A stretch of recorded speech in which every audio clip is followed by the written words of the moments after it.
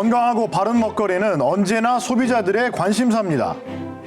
바른 먹거리는 어떻게 요리하느냐도 중요하지만 먹거리 재료가 어떻게 키워지느냐도 핵심 관건입니다.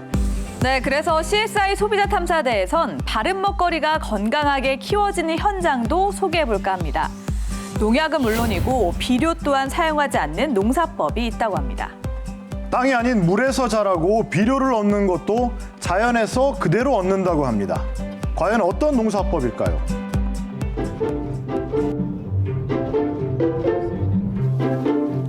예, 그렇습니다. 비닐막에 가려진 먹거리. 과연 어떤 먹거리들이 이 안에서 자라고 있을까요?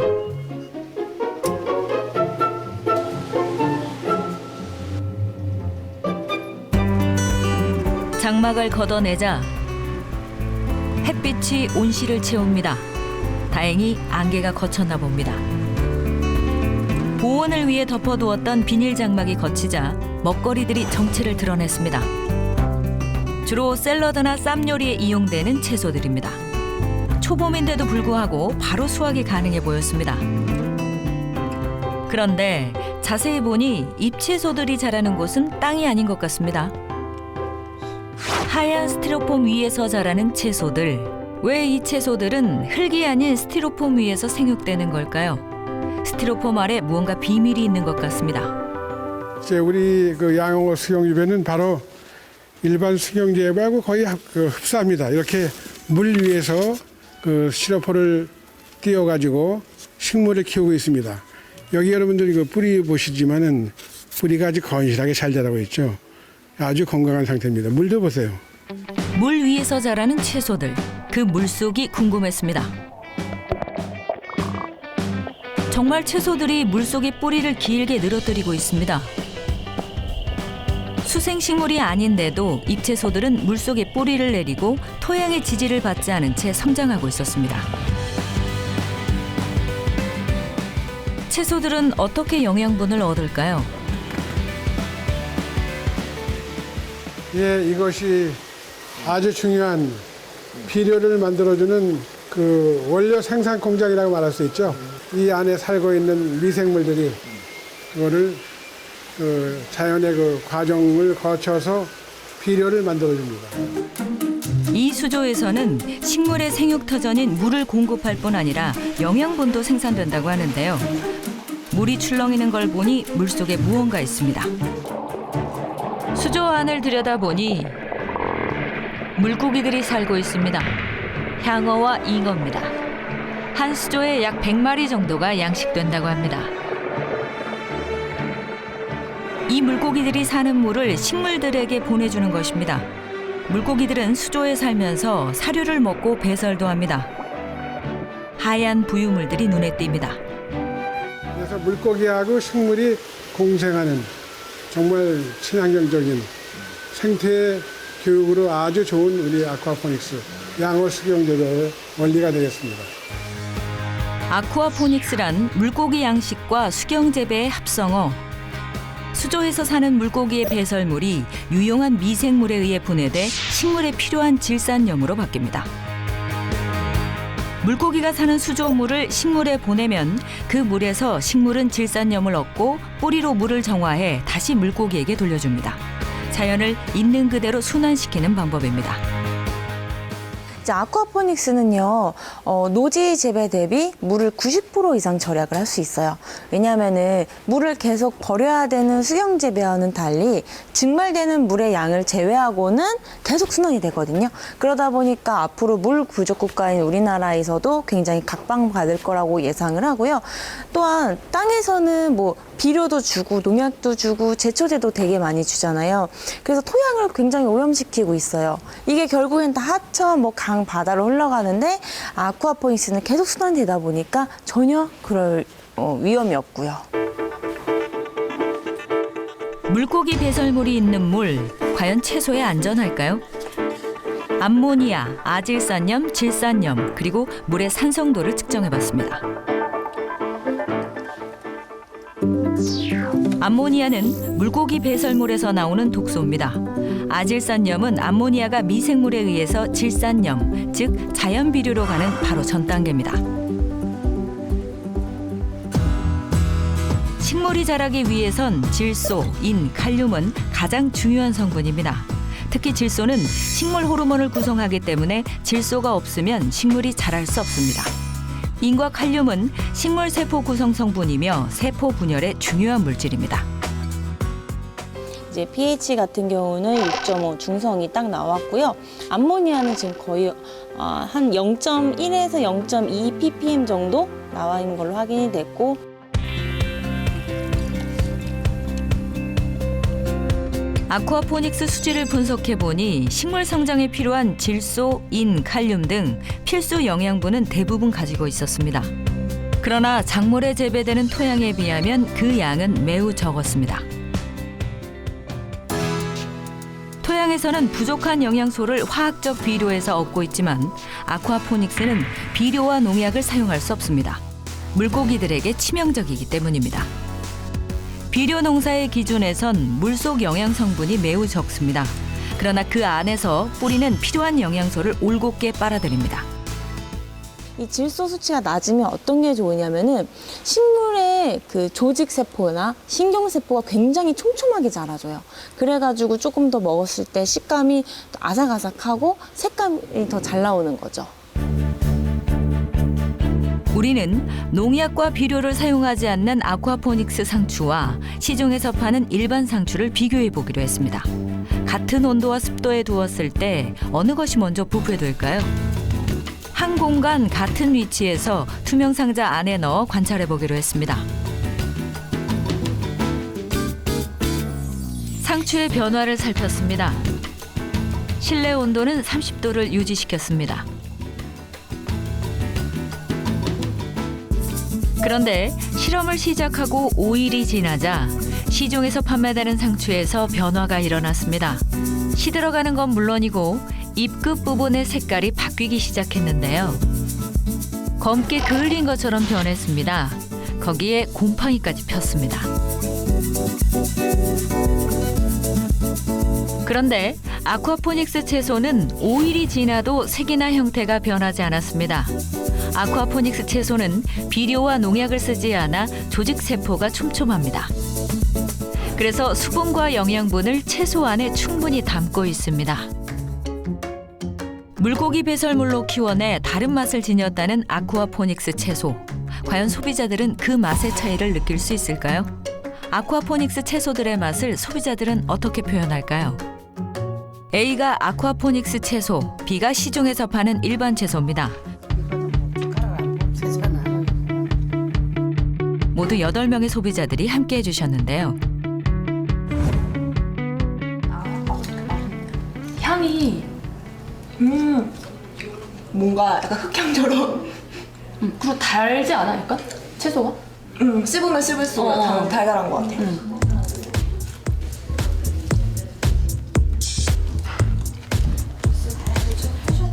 모두들 신중하게 맛을 봤습니다. 그리고 더 입맛에 맞는 채소를 선택했는데요. A 채소가 더 아삭거리고 뒷맛이 달짝지근합니다. 그래서 더 맛있는 것 같아요. 저도 역시 이쪽에 A 채소가 그러니까 좀 아삭아삭하고 뒤가 좀 단맛이 있어요. 이쪽 A 채소가 훨씬 맛있게 느껴졌습니다. 저는 A 채소가 더 마음에 들어요. A 채소가 더 맛있었습니다. 확실히 느꼈던 게 A 상추가 좀 더 달달한 맛이 나고 이건 좀 더 부드러운 느낌? 그런 느낌이 드는 것 같아요. 채소 향이 살고 얘는 향이 거의 없어. 그냥 풀향 정도? 근데 얘는 상추의 그 향이 있어. 아 맞아. 8명 모두 만장일치로 아쿠아포닉스 채소를 선택했습니다. 아쿠아포닉스 농장은 파종과 수확이 같은 날 이루어지는 것도 특징입니다. 수확한 채소 자리에 아직 성장하고 있는 채소를 옮겨 심고 또 비어있는 자리에 파종해 키운 새싹을 심습니다. 물을 버리지 않고 환경오염을 시키지 않는 친환경 농법. 거기에 생산성도 꽤 높아 보입니다. 땅에서는 입으로 수확을 하고요. 아쿠아포닉스는 특성상 여기를 절단을 해가지고 이제 송이째 수확을 해요. 그만큼 신선한 채소가 계속 회전이 끊임없이 되는 거고요. 사시사철 수확을 할 수 있다는 게 가장 큰 장점이죠. 이거 꺼내놓을 테니까 이걸 저쪽으로 가져가. 또 다른 장점은 적은 인력으로 재배와 수확이 가능하다는 겁니다. 이거랑 300평 농장에서 한 달에 수확하는 양은 약 1톤 정도. 아쿠아포닉스 농장은 아직 시작 단계입니다. 물고기 개체수와 수질, 그리고 작물의 양 등이 모두 균형이 맞아야 하기 때문에 안정된 수확량을 확보하는 데 시간이 걸립니다. 그러나 일정 궤도에 오르면 1년 내내 수확이 가능하고 여러 작물을 재배할 수 있어 수익 경로가 다양해지는 것도 장점입니다.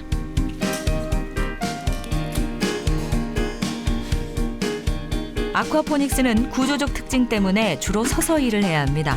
따라서 체력적으로 힘이 듭니다. 그러나 많은 사람들이 아쿠아포닉스의 미래를 희망적으로 보고 있습니다.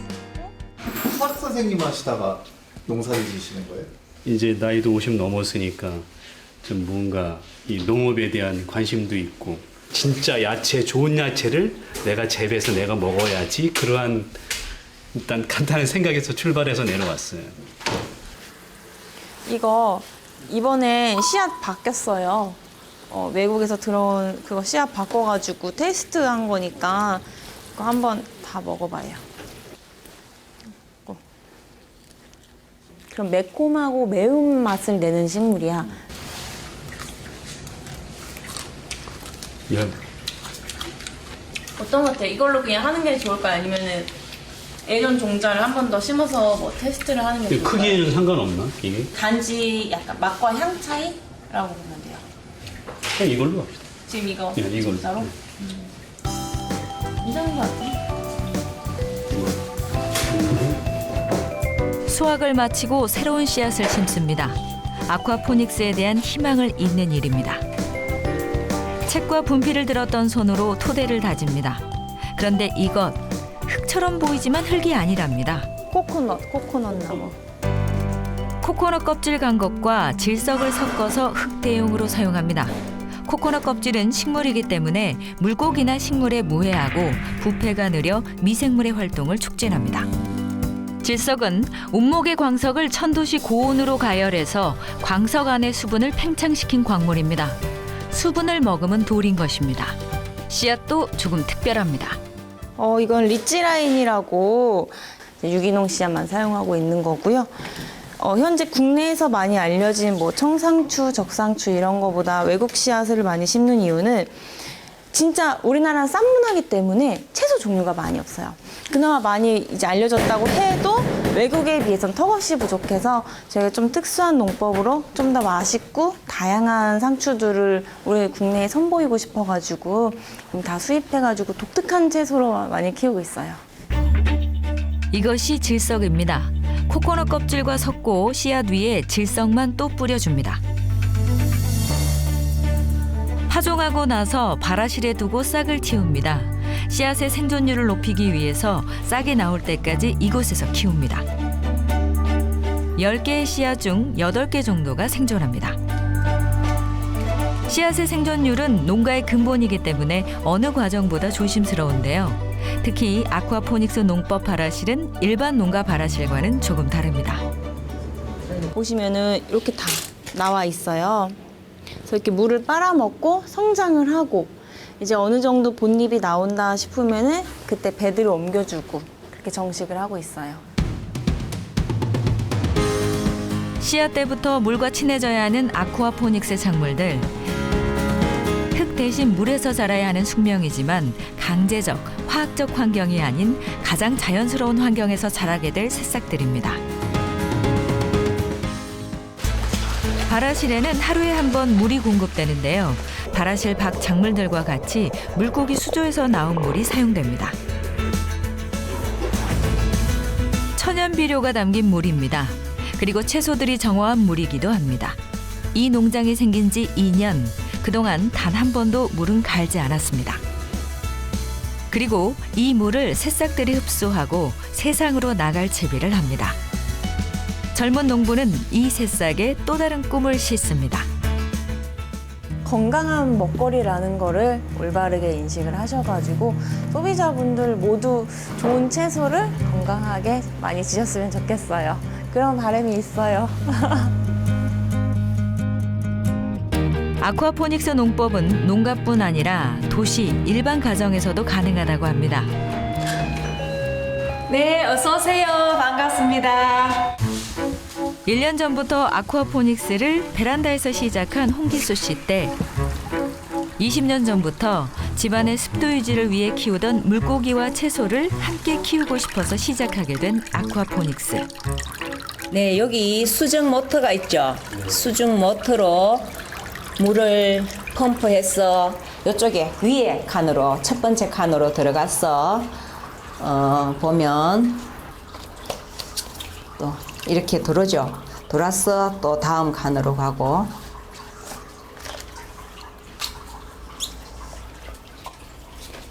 이렇게 계속 갑니다.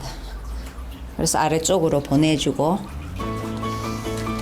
아쿠아포닉스 농법을 농가 못지않게 해내고 있는 홍기수 씨. 약 20마리의 금붕어를 이용해 채소를 기르고 있습니다.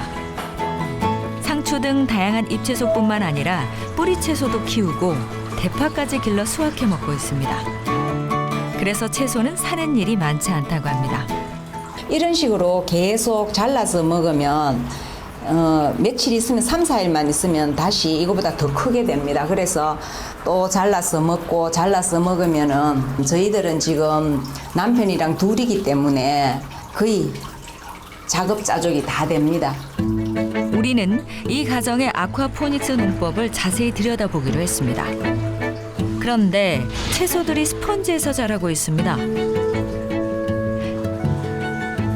씨앗을 스펀지에 심는 일부터 가정용 아쿠아포닉스 농법은 시작됩니다. 하루 정도 받아 놓은 수돗물에다가 수경 재배용 스펀지에서 한 5, 6일 지나면 새싹이 납니다. 그때 떡이 한 서너 장 날 때 이 스펀지가 요걸 요렇게 하나씩 떼가지고 새싹이 났을 때 아쿠아포닉스 농장에다가 심으면 됩니다. 폴리우레탄으로 만들어진 스펀지는 수분을 흡수하고 배출하는 데 용이하고 부드러워서 흙 대용으로 사용할 수 있습니다. 가정에서 관리가 쉽고 잘 부서지지 않아 물고기에게도 영향을 주지 않습니다. 아쿠아포닉스, 안전한 먹거리를 도시에서도 생산할 수 있는 방법 중 하나가 아닐까요? 친환경적으로 생산된 아쿠아포닉스 식재료들을 다양하게 즐길 수 있는 방법을 찾아보겠습니다. 그래서 자연요리연구가 박종숙 씨를 찾았는데요. 식재료의 특징을 그대로 살리는 방법에 관해 묻자 박종숙 요리연구가는 무척 반가워합니다. 이러한 좋은 식자재로 어떤 음식을 어떠한 맛을 낼까 뭐 이런 걸로 막 설레입니다. 그러다가 아주 훌륭한 맛이 나올 때는 정말 아주 행운이죠.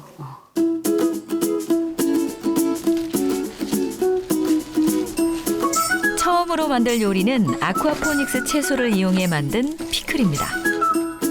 약간 질긴 식감의 채소를 간장, 식초, 사탕수수, 정종, 레몬즙을 넣어 부드럽게 먹는 방법입니다. 만들자마자 먹을 수 있습니다. 다음은 겉절입니다. 간장, 참기름, 마늘, 사탕수수에 깨소금, 고춧가루를 넣고 버무리면 됩니다. 그리고 잎채소를 살짝 데쳐 만든 나물, 소금, 참기름, 깨소금, 매실 발효액을 넣고 무치면 별미가 됩니다. 아쿠아포닉스 잎채소로 만든 나물 종류가 더 다양해졌습니다. 간단하지만 채소의 풍미를 즐길 수 있는 요리법입니다. 잎채소 간장 레몬 피클부터 샐러드 그리고 겉절이까지 전체 요리와 반찬을 넘나드는 건강한 요리가 완성됐습니다. 농약과 비료를 사용하지 않은 건강한 채소 그리고 그 채소에 조미료 대신 최소한의 양념을 곁들인 음식을 즐기고 있습니다.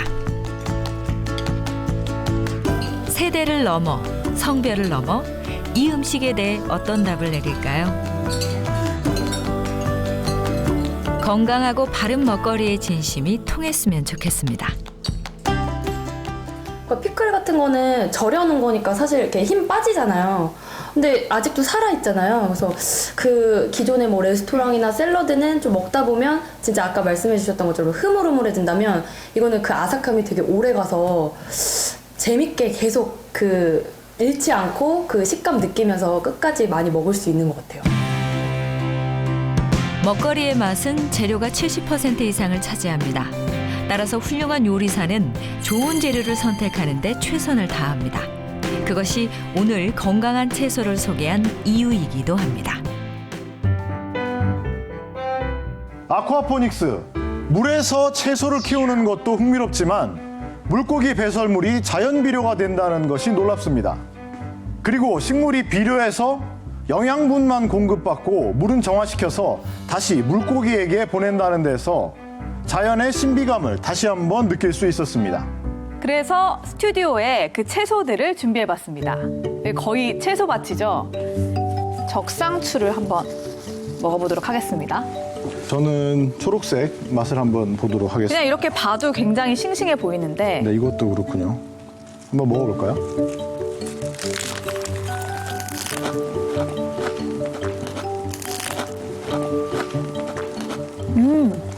맛있다.